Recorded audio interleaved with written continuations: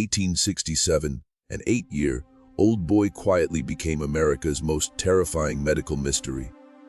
A child whose mind defied science, whose secrets were hidden for over a century. But tonight, the forbidden truth finally comes to light. Once you hear this, you'll never see innocence the same way again. In the black heart of Missouri's forgotten fields, in the summer of 1867, a child was born, not of flesh and blood alone, but from darkness itself. Timothy Caldwell was no ordinary boy. His name appeared quietly in the leather-bound journals of Dr. Samuel Harding, a respected physician whose writings were hidden away for more than a century. Timothy was not documented as a patient, but as a disturbing anomaly. An impossible being who defied nature and shattered every understanding of childhood innocence. This is the story they buried, the truth that whispers still through Missouri's fields, the dark secret no historian dares fully acknowledge. Once you hear this, you can't unhear it, and you may never sleep the same again. Timothy appeared innocent, even charming. But within him lay something medical science of the 19th century could neither comprehend nor accept. Pale blue eyes revealed nothing, and behind his polite smile was a void, colder than any winter Missouri had known. Sedalia was a quiet town, wounded deeply by the Civil War, yet its greatest horror would come not from battle, but from within its own soil. Timothy arrived at his Uncle Thomas's farm, an orphaned child whose parents were claimed by war and illness. At first, no one noticed anything strange about Timothy. He was polite, respectful, eerily perfect. The neighbors praised his obedience, yet dappered. Harding sensed something deeply unsettling in Timothy's gaze. The boy never complained or cried. Even under harsh punishments and hard labor, Timothy's expression remained unchanged. Calm, calculating, distant. Mrs. Elena Patterson watched him closely from her nearby farm. She noted the unnatural stamina with which Timothy worked, his complete absence of play or laughter. Animals shuddered in his presence, recoiling instinctively from something invisible but tangible. A sinister aura only they could sense. Chickens scattered frantically when Timothy neared. Pigs squealed in fear at the mere sight of him. Yet humans remained blind to the threat among them until bodies began to surface, revealing Timothy's hidden face. Little Mary Fletcher, a joyful child known for her carefree laughter, was the first. Timothy found her floating face down in Willow Creek, a mere foot and a half of shallow water. His description to Dr. Harding was chillingly precise. Every detail of her position, the color of the water, the exact manner of her drowning. But what alarmed Dr. Harding most was not Mary's death. It was Timothy's cold, clinical description. It was as if the boy had studied her dying moments, committing them to memory with meticulous care. Neighbors whispered gratitude toward Timothy for his supposed heroism, but a single woman watched suspiciously. Elena Patterson, catching something terrifying in Timothy's eyes. 3 weeks later, old Henrik Len lay broken at the foot of Devil's Bluff. Henrik was a skilled climber and had ascended those cliffs without incident countless times. Yet, he fell to his death exactly where Timothy discovered him. Dutra. Harding again noted an impossible precision in Timothy's account. Bees clustered mysteriously around Henrik's body, yet the hives were intact, undisturbed. It was as if the boy had orchestrated the scene, a hidden conductor of death's cruel orchestra. The townsfolk dismissed the incident as tragic bad luck, but the doctor's suspicion deepened, marking Timothy's shadow as something darker than coincidence. When 6-year-old Jacob Mills disappeared, dread consumed Sedalia. After days of fruitless searching, Timothy led rescuers straight to the abandoned well where Jacob lay barely alive. Timothy's guidance through dense woods was inexplicably precise, as if he knew exactly where to find the child. Jacob died within hours, and again Timothy's composed demeanor shocked the grieving family. He did not mourn, he studied. Dr. Harding secretly watched Timothy at Jacob's deathbed, observing the boy's cold fascination, as if he were cataloging the moment of death itself. A scientist disguised as a child, learning with every soul he touched. Dr. Harding became obsessed, began documenting Timothy's every movement, filling journals with increasingly dark theories. Timothy's behavior went beyond abnormal. It hinted at deliberate cruelty, hidden beneath calculated politeness. Animals were dying around the Caldwell farm in bizarre, unnatural ways. Chickens with surgically snapped necks, calves found mysteriously strangled. Everywhere Timothy went, death followed, precise and quiet. Yet there was never any proof. Just the cold shadow of suspicion haunting every accident. Timothy's innocence became his greatest camouflage. Timothy's knowledge of anatomy and death was disturbingly advanced. The doctor tested him, deliberately giving false medical information. Timothy never openly corrected him, but silently stored the inaccuracies, revealing an intellect darkly sophisticated beyond his years. When Timothy asked how one knows if someone is truly dead, Dr. Harding felt a chill he couldn't explain. A curiosity not of innocence, but of clinical detachment. He recognized in Timothy something he had only ever seen in soldiers deeply broken by war. An emptiness of soul, a cold fascination with pain. Driven by dread, Harding discovered Timothy's hidden place. A cave littered with bones, crude surgical instruments, and detailed drawings depicting horrific tortures inflicted on animals. Each drawing annotated clinically with notes on suffering and death. Pain meticulously chronicled. But worse was the discovery of human figures, including unmistakable likenesses of Mary, Henrik, and Jacob. Timothy had documented their deaths as experiments, not accidents. Harding realized Timothy had not just been present, he had meticulously planned each fatal scenario to maximize pain, fear, and suffering. This wasn't mere curiosity, it was predation. Timothy Caldwell was systematically studying suffering, gradually escalating his experiments. Harding's revelation was clear and chilling. Timothy wasn't becoming a killer, he had always been one. Born without empathy, a creature whose nature was to dissect and destroy, the doctor was consumed by two terrifying questions. What was Timothy planning next, and could he be stopped before he took more lives? A desperate Dr. Harding turned to Sheriff William Crawford, revealing his findings. The sheriff, skeptical but haunted by war's horrors himself, reluctantly agreed to watch Timothy closely. But time was running out. Timothy was now openly preparing for something darker. His eyes no longer masking his intentions. Dr. Harding saw Timothy organizing his crude instruments of pain, ropes and blades meticulously arranged as if preparing for a ritual.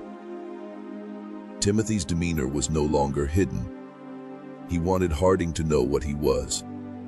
Timothy revealed his next targets. His own aunt and uncle. Drugging them into helplessness, he calmly explained to Dr. Harding how they would die, detailing each anticipated reaction with clinical fascination. He revealed openly that he deliberately drowned Mary, orchestrated Henrik's fatal fall, and slowly starved Jacob. With a polite smile, he admitted something darker.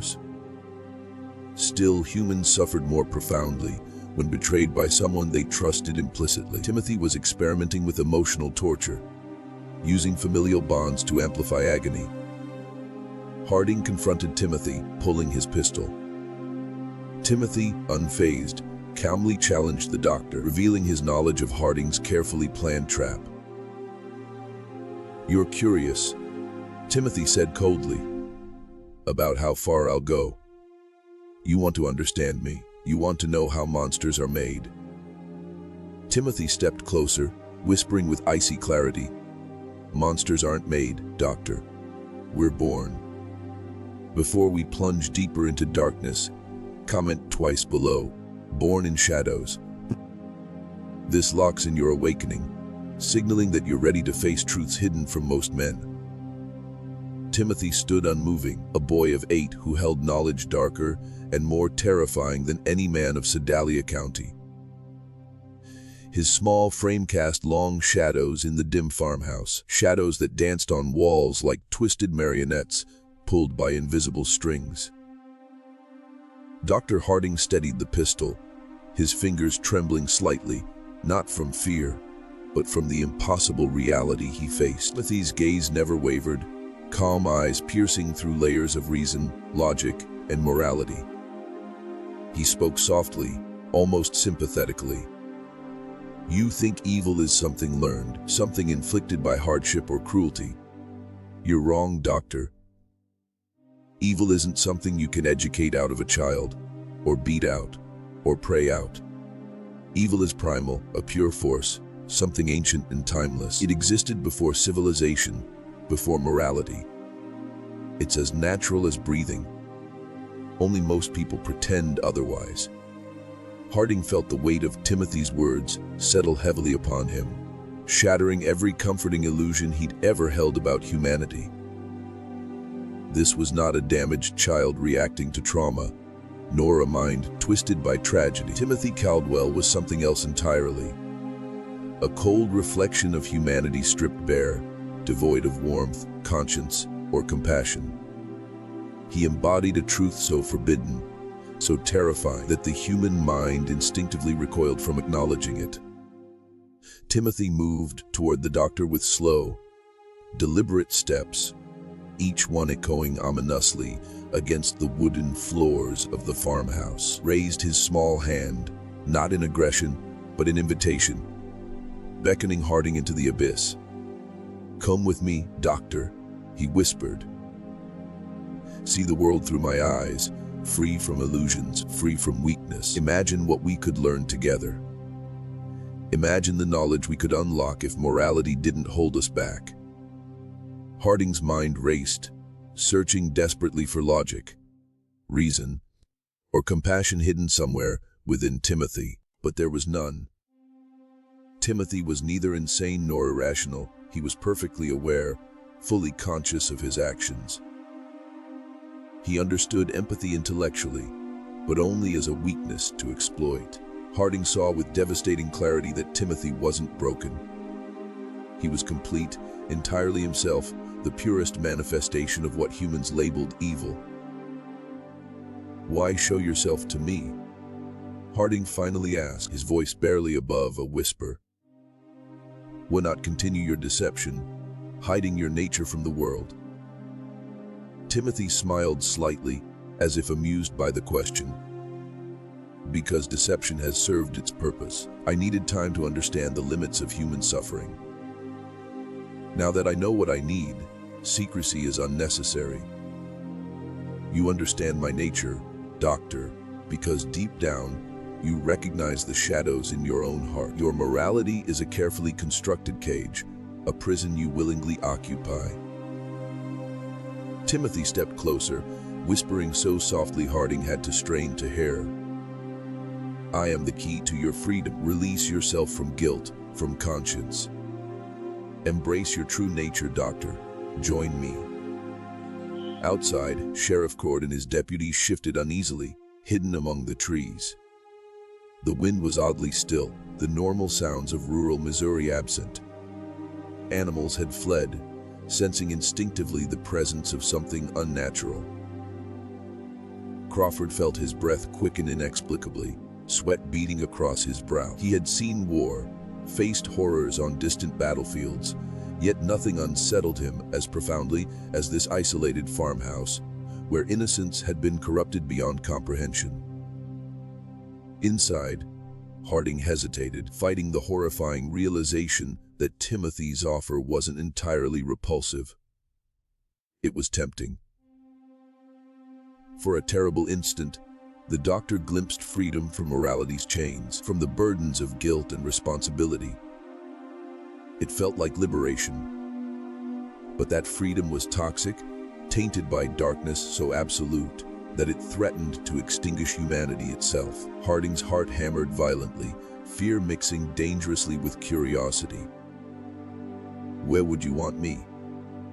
Harding finally choked out, voice ragged with suppressed panic. "I've spent my life healing, not hurting." Timothy's smile widened, genuine and terrifying. "Because healing and hurting are two sides of the same coin, Doctor. Both require intimate knowledge of suffering and pain. You've always been fascinated by death. Your journals, your studies, they prove it. You hide behind science, pretending your interest is clinical, detached. But you and I both know the truth, crave understanding just as much as I do." Harding shook his head violently, revolted by the truth he heard echoing inside his own mind. Timothy wasn't entirely wrong, always been drawn toward dark mysteries, fascinated by suffering in ways he never admitted even to himself. He had believed his interest pure, a desire to heal. But now, confronted by Timothy's cold logic, Harding saw himself clearly. A man drawn inexplicably to darkness, desperate to understand what others refused even to acknowledge. "You're wrong," Harding whispered desperately. "You kill because you enjoy it, because you lack empathy. I seek to end suffering, not prolong it." Timothy's expression never wavered, calm eyes regarding the doctor with chilling pity. Empathy is a weakness that blinds humanity. It prevents true knowledge, true understanding. You think yourself different, morally superior because your intentions are noble. But what good has morality done humanity? War, poverty, suffering. They exist precisely because men refuse to see themselves as they truly are. Morality perpetuates suffering, Doctor. My honesty reveals it. Timothy reached out gently, almost lovingly, fingertips brushing the barrel of Harding's gun. "Go ahead, Doctor. Shoot me if you think morality demands it. But deep down, you'll always wonder, was I right? Did you sacrifice understanding to protect illusions?"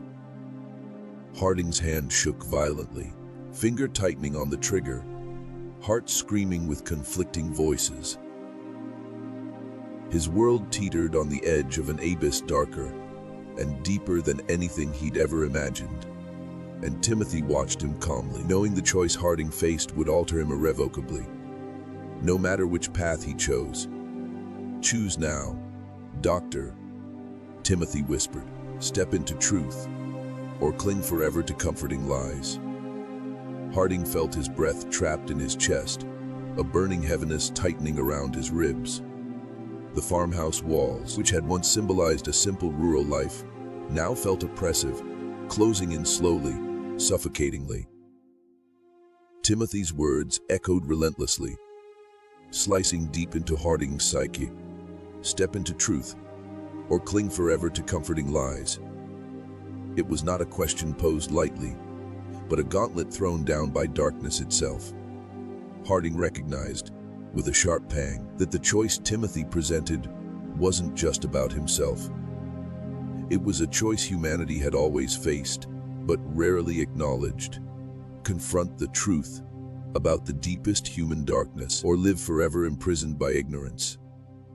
Timothy Caldwell embodied that truth, a child untainted by remorse, guilt, or empathy, a creature for whom cruelty and compassion were merely variables in an ongoing experiment. His calm blue eyes, unburdened by emotion, held a terrible innocence, an innocence more terrifying than malice. Timothy wasn't insane, he was utterly rational, a perfect mirror reflecting back humanity's darkest secrets without distortion or shame. It was this very purity of purpose, absolute clarity with which Timothy viewed suffering, that made him so terrifyingly convincing. Imagine the power you'd gain by seeing clearly, Doctor. Timothy continued softly, each word calculated to erode Harding's resolve. If you embrace truth, pain becomes meaningless. Death becomes merely another event. Suffering becomes knowledge. You've dedicated your life to medicine, yet you remain blind, chained to illusions of morality. You're a healer imprisoned by ignorance. I can free you. The doctor's hand quivered, knuckles white around the revolver. His mind raced, struggling desperately to reject Timothy's logic, yet finding disturbing truths buried within it. How many times had Harding himself dissected bodies, carefully noting the damage inflicted by bullets, blades, or disease, documenting every detail with clinical detachment? How many times had he suppressed his humanity for the sake of knowledge? Was his moral superiority merely an illusion? A comforting story he told himself to justify actions not so different, at their core, from Timothy's. Outside, Sheriff Crawford and his deputies waited anxiously, unaware of the psychological battle waged within. Each moment passed agonizingly slow, tension building as the stillness deepened, an unnatural silence blanketing the Caldwell farm like a shroud. Crawford felt the hairs rise on the back of his neck, his instincts screaming warnings he could not articulate. Something profoundly unnatural had seized Sedalia County, something older and more dangerous than he had ever encountered in war or peace. Inside, Timothy slowly extended his hand once again toward Harding, palm open, an unspoken invitation into darkness. I chose you, Doctor, because you alone are strong enough to bear the weight of this truth. Lesser men crumble when confronted by the darkness inside themselves.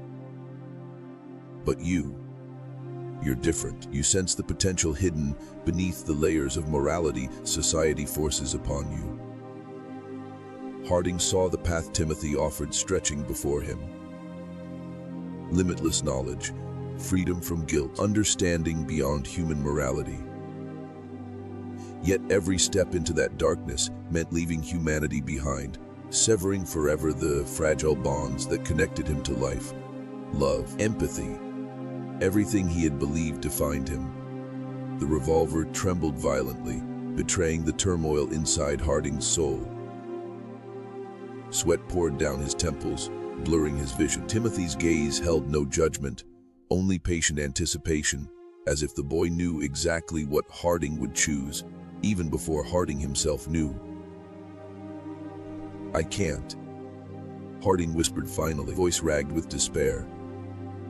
You offer freedom, but it's freedom without meaning, knowledge without humanity. You're right about one thing: evil isn't learned, but neither is goodness. It's chosen, consciously, deliberately, in defiance of darkness. A Timothy's calm facade faltered briefly, eyes narrowing subtly, a flash of disappointment darkening their pale depths. So, the boy murmured softly, coldness returning swiftly, you choose ignorance. No, Harding responded, voice steadier now, a surge of conviction rising within him. I choose humanity, with all its imperfections, illusions, and suffering, because without empathy, without compassion, truth becomes meaningless. You think you see everything, Timothy, but you're blind to the one thing that matters most. Timothy raised an eyebrow slightly, curious despite himself. And what's that, Doctor? Hope. Harding replied quietly, lifting the revolver slightly, finger tightening decisively. Hope that even in darkness, humanity can choose light. Timothy's expression hardened into chilling certainty, a cold smile playing at his lips as he prepared to respond. Unafraid, undeterred, utterly sure of his power. Then, Timothy said, softly, allow me to show you exactly what your hope is worth. In that frozen moment, the farmhouse seemed to shift into an unnatural stillness, a silence so profound it pressed down on Harding like the crushing weight of the deepest ocean. Timothy's pale eyes, no longer childlike, but ancient and knowing, held the doctor captive in a ruthless gaze. An abyss that beckoned, promising revelation at the cost of sanity itself. Timothy's voice became strangely distant, echoing as though he spoke from somewhere far beyond the boundaries of human experience, whispering truths mankind was never meant to hear. "Do you understand, Doctor, how fragile your hope truly is?" Timothy asked, his words like sharpened knives, each syllable methodically carving away Harding's carefully built defenses.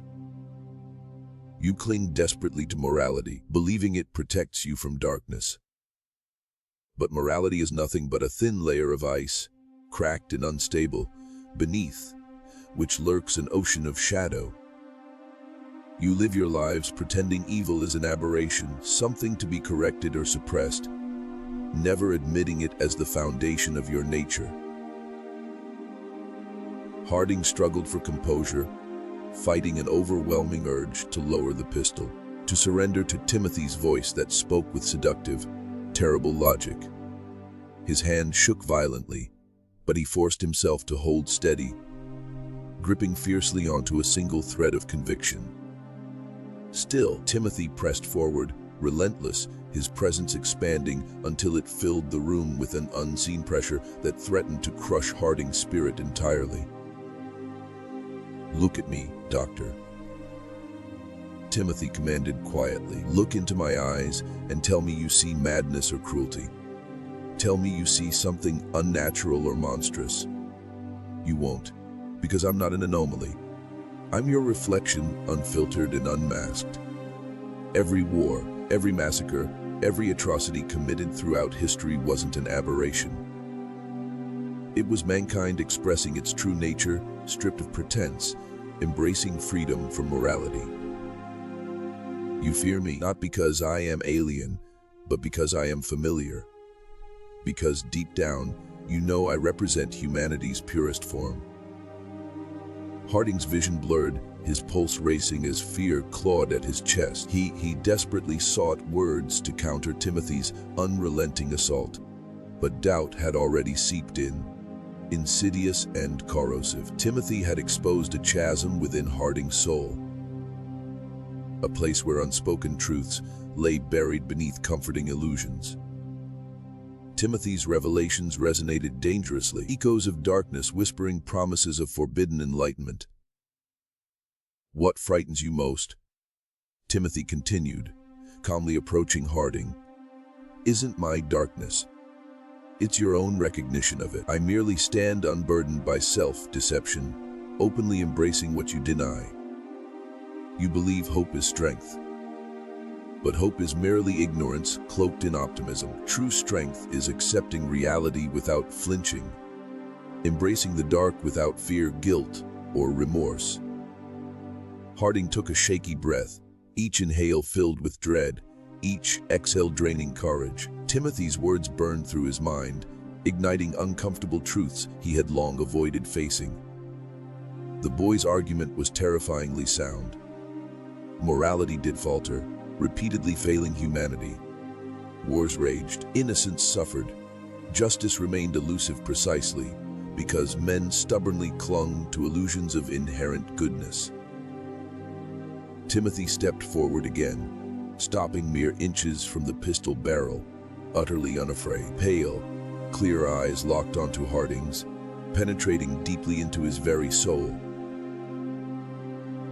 Timothy's voice dropped to a whisper so intimate, so chilling, it seemed to seep directly into Harding's bones. "You are terrified of acknowledging the monster within yourself, Doctor," Timothy murmured.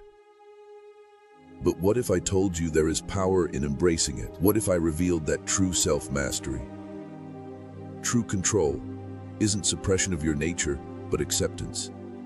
Your morality chains you, weakens you, blinds you. Embrace the darkness, Doctor. Only then can you fully control it. Only then will you understand true freedom." Harding's grip tightened painfully around the revolver, desperation warring with temptation, his mind frantically searching for something to cling to, some anchor to sanity and humanity. Yet Timothy's offer resonated disturbingly deep, pulling him toward the abyss. Outside, Sheriff Crawford shifted uneasily, feeling the atmosphere grow heavier with every passing second, sensing intuitively that something inside the farmhouse had fundamentally changed. He raised his rifle slowly, heart pounding, unaware that within those walls, Harding faced a choice that would alter everything.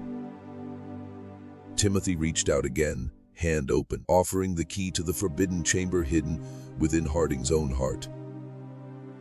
"Take my hand," Timothy whispered gently. "Let me show you what you truly are." Harding felt the room tilt beneath his feet as Timothy's words burrowed deep into the marrow of his bones. The boy's outstretched hand hovered like a serpent suspended, graceful yet venomous, inviting the doctor into forbidden depths he knew he must not explore, yet desperately craved. Each heartbeat was a deafening drumbeat echoing the terrible truth. Timothy wasn't merely tempting him into darkness, he was revealing the darkness already hidden within Harding's soul. "You've lived your life guided by rules set by weaker men," Timothy said softly, eyes glowing subtly in the candlelight. "Rules born of fear and ignorance. Rules designed not to elevate humanity, but to imprison it. You fear freedom because you fear your own potential for cruelty. But cruelty, doctor, is simply power wielded without hesitation. If your morality limits your understanding, then morality itself is a greater cruelty than anything I've ever done."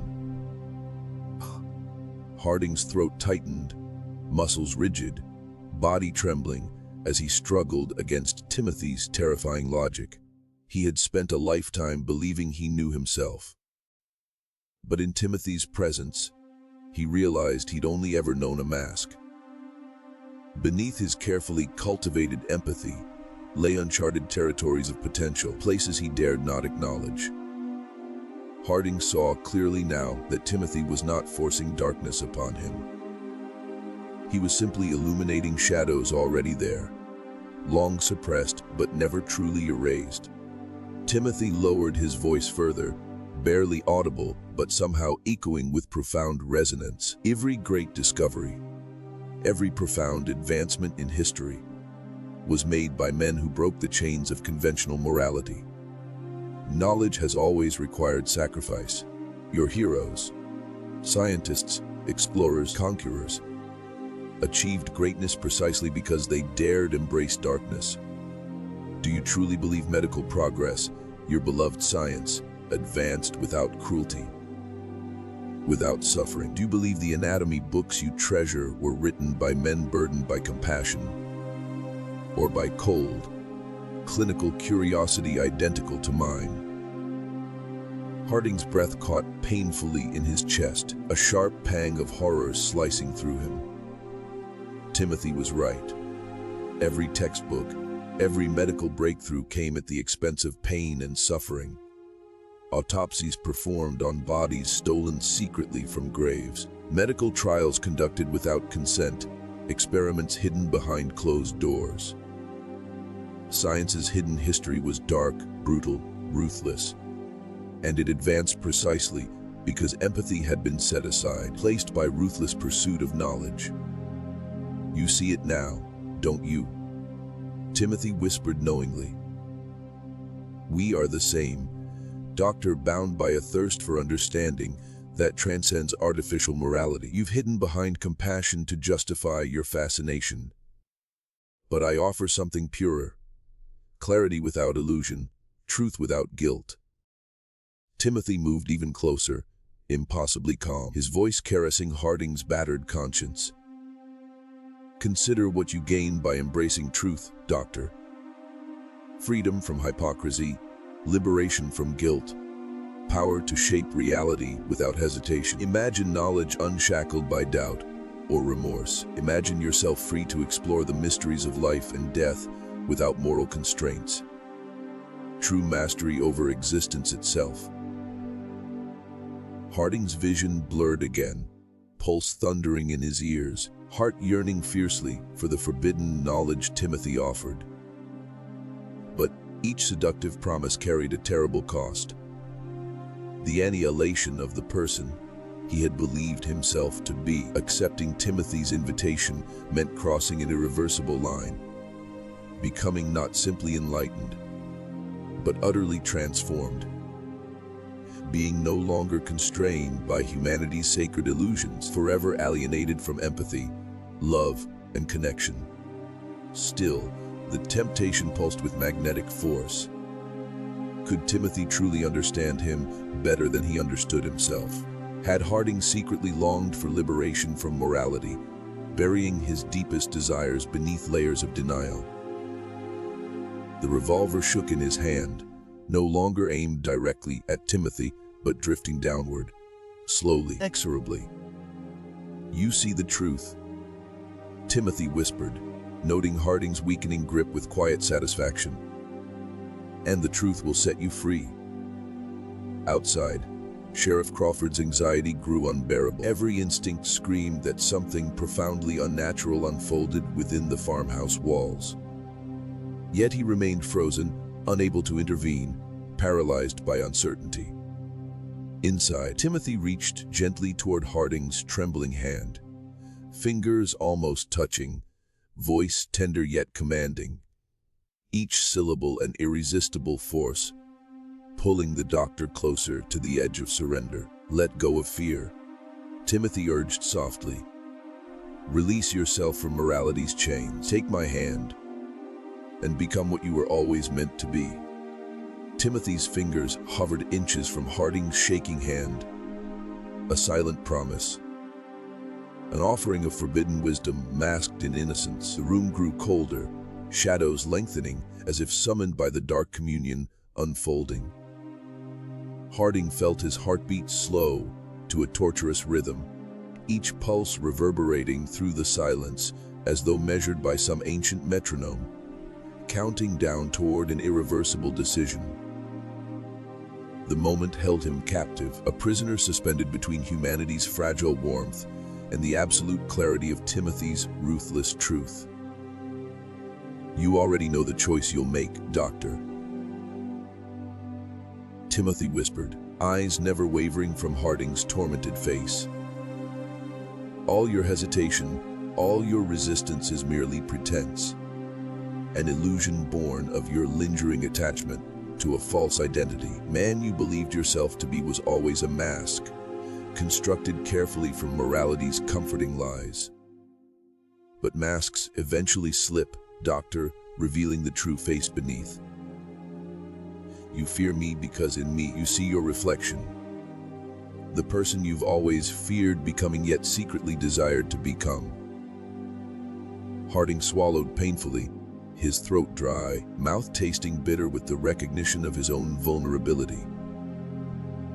Timothy's quiet conviction was deeply unsettling because, beneath the horror, beneath the revulsion, Harding sensed truth. He had always sought knowledge above comfort, understanding above safety.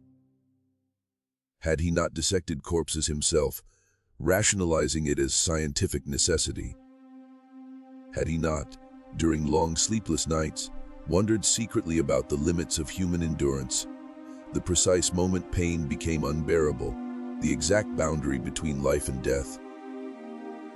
"You were never really protecting people," Timothy continued softly, driving deeper into Harding's mind, exposing layers of uncomfortable truth. "You were studying them, learning from their suffering. Your compassion, your morality. It's camouflage. Behind that carefully maintained facade lies someone deeply curious, even fascinated by human pain." Harding felt dizzy, disoriented, unmoored from reality, every carefully erected barrier within himself crumbling beneath Timothy's relentless assault. He searched desperately for solid ground, yet found himself sinking further into the quicksand of his own hidden nature. Timothy smiled slightly, his calm expression disturbingly gentle. "You resist only because you misunderstand. Darkness isn't destruction. It's knowledge, freedom, truth. Humanity created morality out of fear, afraid of understanding its true nature. But you, Doctor, you're ready to transcend that fear. You're strong enough to look into the abyss without flinching, without turning away. The doctor's arm trembled violently, revolver barely gripped in his weakening grasp, drifting lower with every breath. Timothy stepped forward slowly, methodically, until the barrel of the gun pressed lightly against his small chest. His voice became almost reverent, filled with a terrifying certainty. Pull the trigger, Doctor. Test your morality. Test your courage. See how easily it shatters when confronted by absolute truth. I am not your enemy. I am your liberator. If your morality is true, shoot. If it's a lie, let go and embrace what you truly are. Harding stared into Timothy's eyes, searching desperately for deception or manipulation. But there was only clarity, cold and pure. His finger rested gently on the trigger, feeling its resistance, sensing the threshold between action and paralysis. His mind screamed warnings, yet something darker, deeper, infinitely more powerful whispered seductively. What if Timothy's right? What if morality is merely fear disguised as virtue?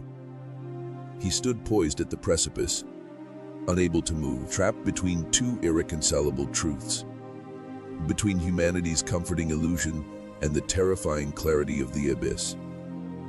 Outside, Sheriff Crawford could bear the stillness no longer. Heart hammering, instinct screaming danger, he signaled silently to his deputies, motioning them to advance cautiously toward the farmhouse. The unnatural silence had become oppressive, unbearable, as if reality itself had halted, waiting breathlessly for the resolution unfolding within. Crawford moved slowly, rifle steady, each step heavy with dread, knowing deep within his bones that whatever awaited him inside that house was something for which his past horrors had not prepared him. War had taught him violence, suffering, and pain. But this felt different, older, rooted deeper in the human soul.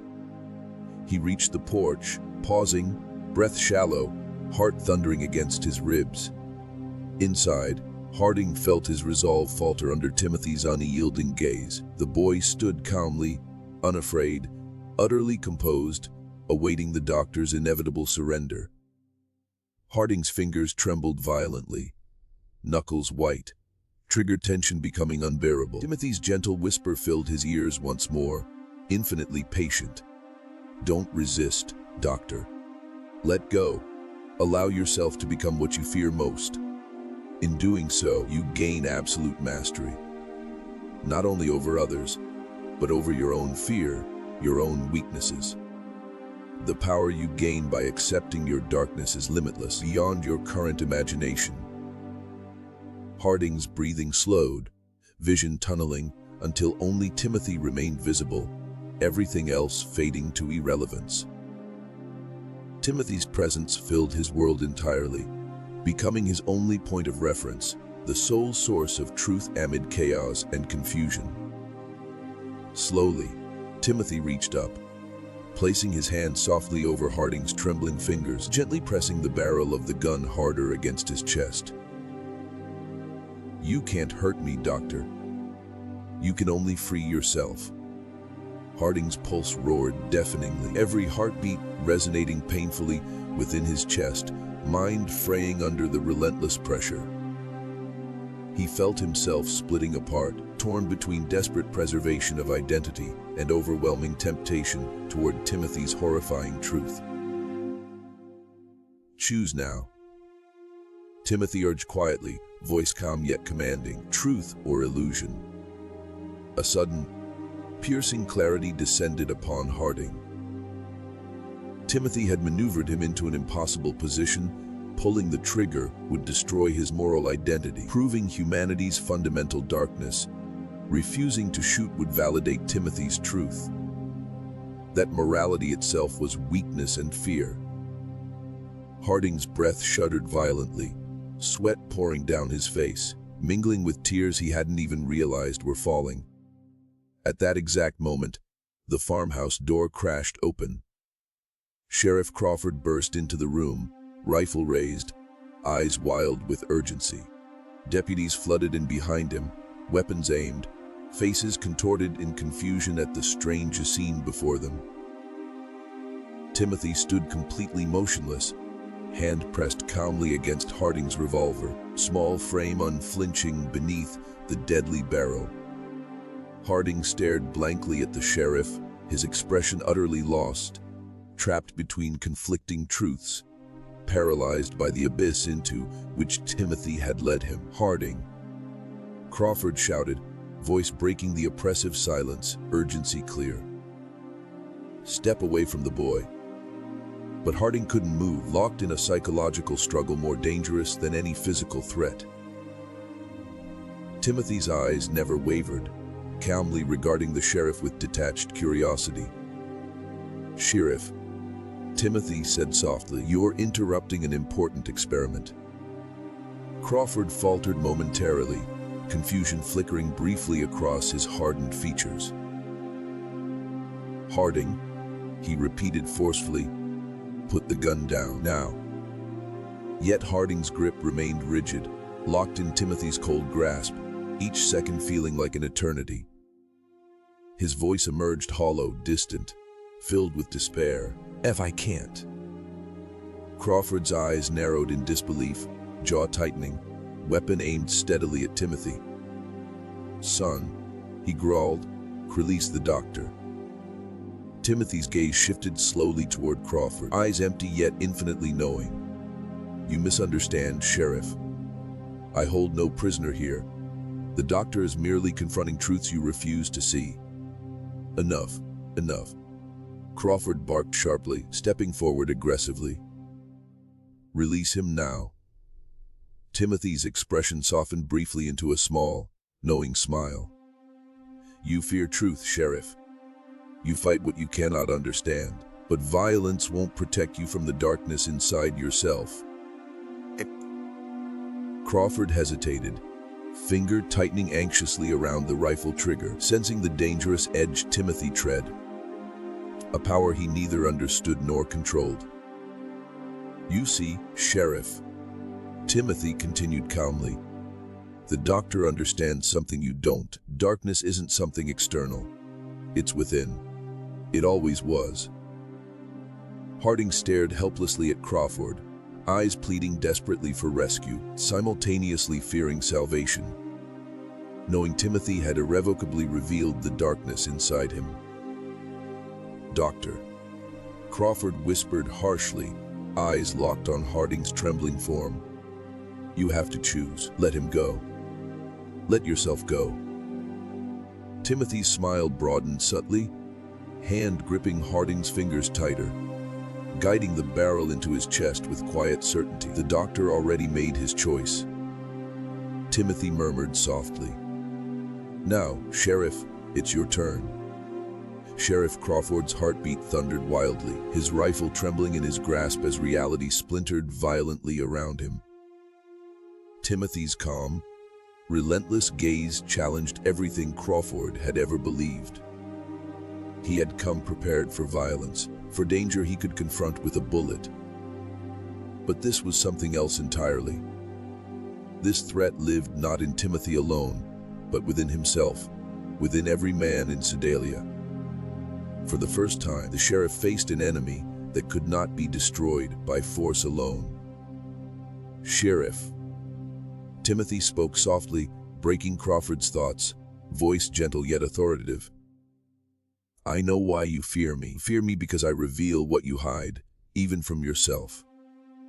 Your veil or your morality, they're merely masks, fragile disguises, to conceal your own desire for power. You fought wars believing you battled evil. But evil was never your enemy. It was your companion, your closest ally." Crawford shook his head fiercely, fighting against Timothy's invasive logic. "No," he growled desperately. "You're wrong. Men fight because they believe in good. I fought to protect, to save lives." Timothy's eyes glinted knowingly. And how many lives did you destroy while protecting? Sheriff, how much suffering did you cause believing your intentions were noble? Your wars left orphans, widows, fields soaked in blood, called it justice, freedom, victory. But beneath those words hid the same cruelty you see in me. You're no different. You simply deceive yourself better. Crawford's knees weakened, his chest tightening, breath shallow. Timothy's words resonated painfully, echoing truths Crawford had long buried beneath layers of heroism and honor.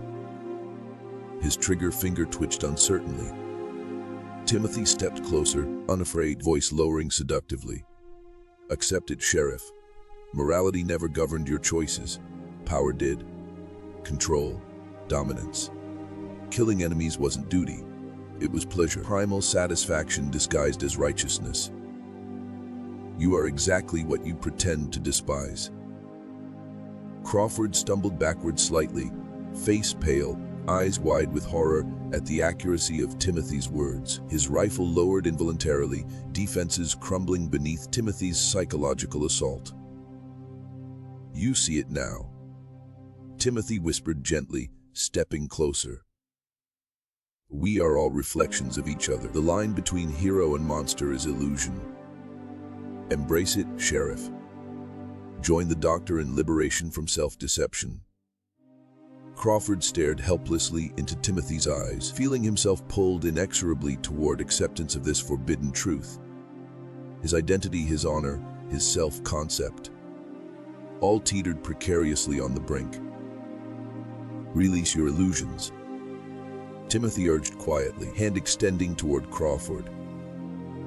Step into reality. Become truly powerful. Crawford's rifle clattered heavily onto the wooden floorboards, the sound echoing loudly, shattering the room's tense silence. Timothy's eyes glowed softly, victorious yet patient, offering Crawford the same seductive invitation he had offered Harding. Crawford's mind spun wildly, identity unraveling rapidly, leaving him exposed, vulnerable, utterly lost. You don't have to fear darkness, Timothy reassured calmly, voice almost soothing. Fear comes from resisting truth, not from accepting it. Darkness is the source of strength, clarity, power.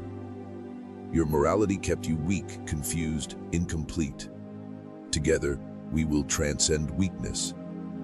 Harding watched helplessly, Timothy still gripping his hand, revolver pressed firmly against the child's chest. The doctor felt Crawford's internal battle acutely, recognizing his own struggle reflected perfectly in the sheriff's anguished face. Crawford's eyes darted desperately toward Harding, pleading silently for guidance or strength. But Harding had none to offer, utterly consumed by his own internal war. Timothy had expertly divided them, isolated their vulnerabilities, rendering both men powerless to resist. Choose freedom, Timothy urged quietly, patiently. Reject weakness. Crawford closed his eyes tightly, shuddering violently, pulse roaring deafeningly. When his eyes opened again, they held not surrender, but fierce determination, forged painfully from depths of self-realization. No, Crawford growled defiantly, voice shaking yet strong. You're wrong. We're flawed, dark, cruel. Yes, but humanity isn't defined only by darkness.